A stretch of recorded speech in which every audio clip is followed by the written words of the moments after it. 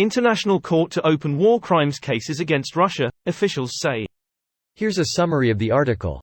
The International Criminal Court intends to open 2 war crimes cases tied to the Russian invasion of Ukraine and will seek arrest warrants for several people, according to current and former officials with knowledge of the decision who were not authorized to speak publicly.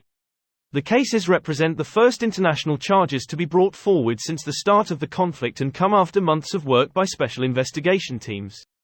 They allege that Russia abducted Ukrainian children and teenagers and sent them to Russian re-education camps, and that the Kremlin deliberately targeted civilian infrastructure. The chief prosecutor, Karim Khan, must first present his charges to a panel of pre-trial judges who will decide whether the legal standards have been met for issuing arrest warrants, or whether investigators need more evidence. It was not clear whom the court planned to charge in each case. Asked to confirm the requests for arrest warrants, the prosecutor's office said, "We do not publicly discuss specifics related to ongoing investigations." This post received a score of 7,700, with an upvote ratio of 97%.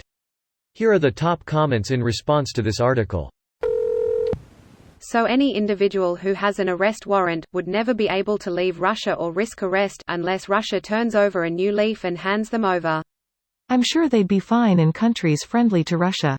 China, Iran, North Korea and the like. I don't know, man. If they put a bounty on them, the money can make some turn a blind eye. Can international court put a bounty on someone? Serious question. I doubt the court could themselves, but there's no reason some nations couldn't stick a bounty on someone's head with the caveat that they'll let the International Criminal Court do the prosecuting. Bounty? Some nations likely will do the dirty work themselves. Look at Mossad versus fleeing Nazis. Does this international court actually have the teeth for enforcement, or is a move like this largely symbolic? I can't imagine Putin and his cronies going, "Oh no, we have been subpoenaed to testify. I guess we better go." To a large extent, the ICC is indeed not practically capable of prosecuting, which is why the current prosecutor also indicated a willingness to put cases with a low chance of effective prosecution on the back burner. Historically, the ICC was criticized for mostly prosecuting African warlords, which may be fair. It is also much more practically feasible to prosecute random warlords as opposed to members of military in sufficiently powerful and sovereign nations. If the ICC tries to prosecute countries like the USA, Russia, China, and even places like Israel, it is simply very limited because these nations can just reject any cooperation with the ICC and choose to not extradite. An interesting fact is that the U.S. Congress passed a, so-called, The Hague Invasion Act. Wikipedia it covers all NATO members and non-NATO allies, which is probably why you don't see the ICC really pursuing cases in those countries. A bit of a shame. It would be nice if they pursued all warranted cases, irrespective of country. Russia, China would be popular, with the US also making an appearance.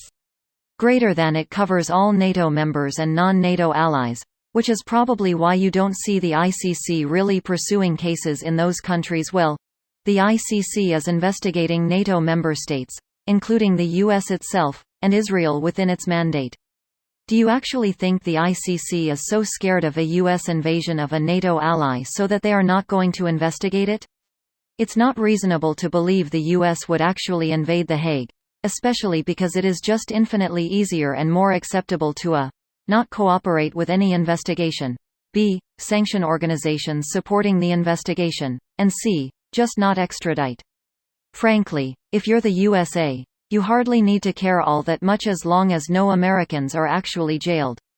Nobody is gonna sanction the USA over war crime convictions, and all key allies remain very dependent on the USA economically, technologically, strategically, and militarily. This video was automatically created by Reddit to speech. The article and comments in this video were selected from Reddit according to their upvotes, and any paraphrasing was performed by smmry.com, without any human intervention.